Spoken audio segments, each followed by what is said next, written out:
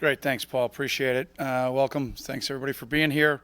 Our players of the week from last week, Rashawn Slater on offense. Probably played one of his most consistent games of his career. Our big playmaker was Isaiah Bowser. Again, if maybe some things change a little differently, he probably goes over 100 yards for the third straight game. Defensively was Fred Wyatt. I thought Fred played really, really well. And big playmaker was Travis Willock. Made a bunch of big plays down the stretch, special teams-wise, obviously with the big punt block to get us back in. It was Cam Ruiz. Braden Heald was our offensive practice player. Stephen Reese on defense and Khalid Jones on special teams. So those guys are doing a terrific job.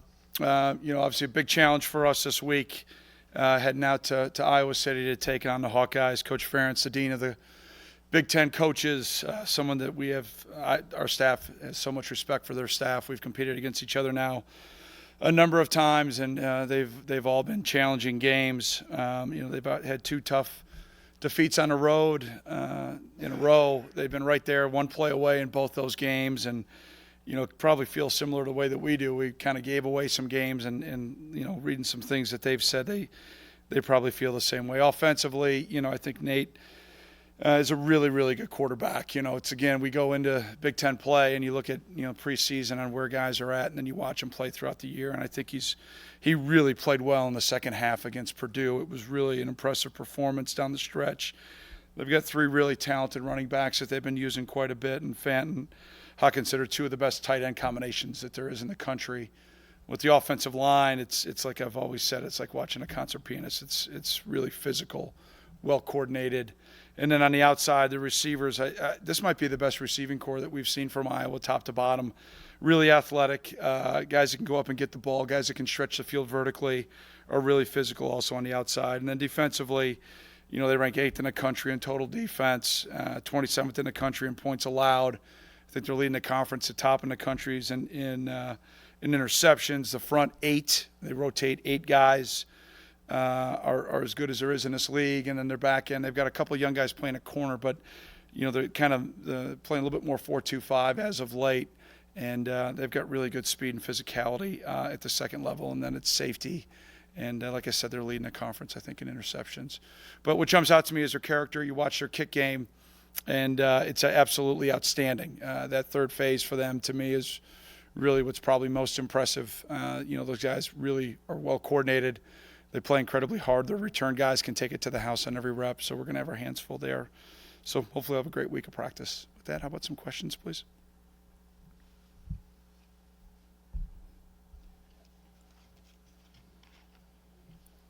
Hi, Pat. This is, I guess you'd say, another spotlight game back-to-back, and you guys have had a few of those, of course. But just how do you manage that any differently, just with player emotions when it comes to games that are really hyped up, kind of for different reasons? Here, but yeah, Shannon. Yeah. First of all, it's good to see you. I think we just stick to our process. It's kind of like I was talking about last week. We've got our number one objective each week is to consistently prepare for victory, and especially as you get in here to the last month of the season, you can't get bored with the grind. You actually have to embrace it and really enjoy the heck out of it. When I talked to the squad this morning, I put a big graphic up behind me, 20 days. This squad is only guaranteed 20 days together. And, what we earn every day will hopefully prepare us then for those 3 Saturdays that we have left collectively together. And, so I think you focus on the process, and then hopefully you go out and put a good week together of preparation. We know it'll be a challenge. I mean, Kinnick is one of the cathedrals of college football. It's a really hard place to play. Their fans are awesome. This is engaged of a fan base, and that you'll play against. So it's always a challenge. Coach, you guys stopped the run, at least from the running backs for Notre Dame, very effectively, but also really struggled to get after the passer. How connected do you think those two things are? Against Notre Dame? Yeah, against Notre Dame specifically. Well, they threw a bunch of RPOs. It's pretty hard on first and second down. When you're fitting plays right and they throw a hitch. So that's going to happen. And that's. But our third down situation stuff, we were not as effective as we need to be. Joe Gaziano has been one of the most consistent players this season, but then on their touchdown, it seemed like it was sort of him that lost contained on Book. Was that a lesson for him that even someone as good as he is still has room to improve? Yeah, that wasn't Joe's fault. Joe actually fit it right. It was actually a couple other guys that didn't fit it properly. And so it's a play that Michigan ran against us. We've practiced it every week. The corner that was in probably didn't get a rep at it because he hadn't been playing corner. And then we just busted with communication. So, like I said after the game, credit them. They executed. We didn't. But, as soon as you get to the sideline and you show the guys what happened, they just kind of just shook their heads like it's exactly what we practiced. So a little frustrating, but you use that as motivation and expect to see it again. We haven't played it right twice, so obviously we got to do a better job coaching it. Can you evaluate how Jake Collins has played this season, both in punting and on kickoffs now? I think with Jake, it starts with his demeanor. I think he's like 30. I don't know. He's 23. He's a older guy. He's been a lot of fun to work with because I think his demeanor and his attitude has been really outstanding. For the minute, things kind of looked like he was going to, transfer, just connecting with him and his family to even this morning at practice. He's just got a great demeanor. I think he's got a lot of confidence. He's been in a lot of different battles. And I think he's played really well. And then when we needed him to step up 2 weeks ago without taking one kickoff rep in practice, he's like, I got this. I'll go out and do it. And I think it just shows the confidence that he has in himself and his ability. But now it gets interesting, right? Calling for 30 is a high in Iowa City. So that ball gets a little bit harder, and their return game is outstanding. So, he's going to have to really perform well for us to have a chance to compete. You watched Skowronek's fourth down catch on tape. What struck you about it? Was it better than it looked to you with the naked eye? Yeah, it was pretty ridiculous. Just like Spider-Man, Halloween week, just put the spider hand out there and stuck to him. It was a big play in the game, and we knew that was going to be, going in at half tied 7-7. We felt very fortunate to have the score where it was against as explosive an offense that Notre Dame has. So we knew we were going to have to put more points on the board.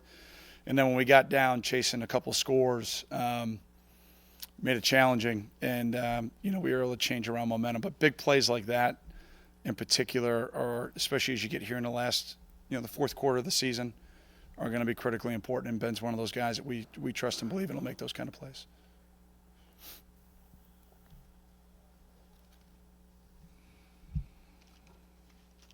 Remember that you like injury questions, so I'll ask you one. Just how do you have any updates on Jared and Trey or how they're? Yeah, I'd list both those guys as probably doubtful as we start the week, and then we'll see how things progress. But I'll put out my injury report on Thursday. I do absolutely love those questions. It hasn't changed. At least I'm consistent.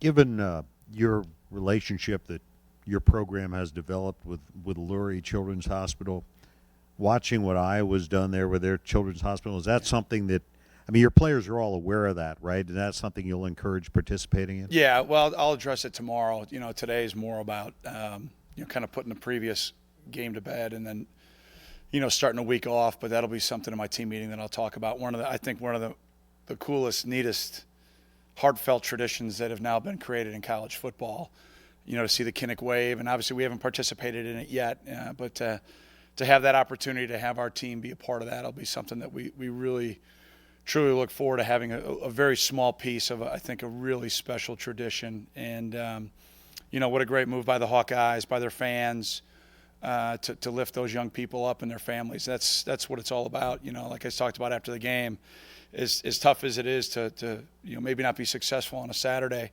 everything's in perspective. And we had our great friends from Kesem, as our guests last week.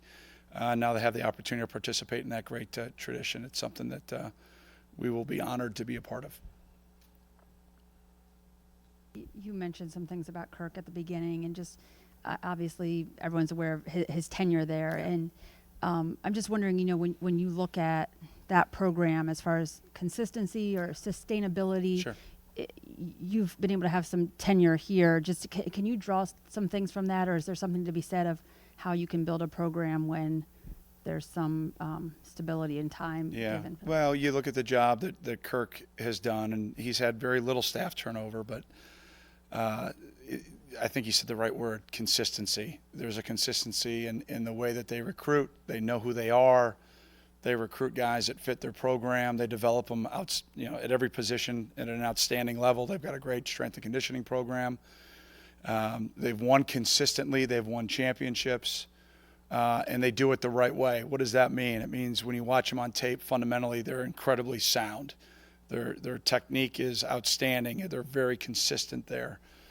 Typically, their execution is at a very, very high level, and that's in all three phases. They play very high complementary football over Coach Ferentz's time. They play very physical. They very rarely make mistakes. You're going to have to earn every inch against them in all three phases. And you couple that with, again, one of the most passionate football-educated fan bases, in their home games from a standpoint of environment in Kinnick. You really got a complete program. And obviously, Coach Ferentz has done just a phenomenal job. And I think, I don't want to speak for the other 12 head coaches in the Big Ten, but the level of respect for Coach Ferentz and the job that he's done, it's at the top from I know from me and from everybody in our conference that competes against the Hawkeyes every week or every year.